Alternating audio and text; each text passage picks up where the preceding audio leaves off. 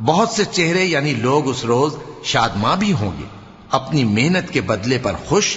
بہشت بری میں وہاں کسی طرح کی لغو بات نہیں سنیں گے، اس میں چشمے بہ رہے ہوں گے، وہاں تخت ہوں گے اونچے اونچے اور کٹورے قرینے سے رکھے ہوئے اور گاؤ تکیے قطار کی قطار لگے ہوئے اور نفیس مسندیں جگہ جگہ بچھی ہوئی۔ تو کیا یہ لوگ اونٹوں کی طرف نہیں دیکھتے کہ کیسے عجیب پیدا کیے گئے ہیں،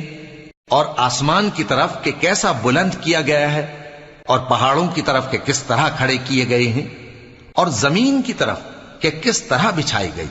پس اے نبی صلی اللہ علیہ وآلہ وسلم، تم تو نصیحت کرتے رہو کہ تم نصیحت کرنے والے ہی ہو، تم ان پر داروغہ نہیں ہو۔ ہاں جس نے منہ پھیرا اور نہ مانا تو اللہ اس کو بہت بڑا عذاب دے گا، بے شک ان کو ہمارے ہی پاس لوٹ کر آنا ہے، پھر ہمارے ہی ذمے ان سے حساب لے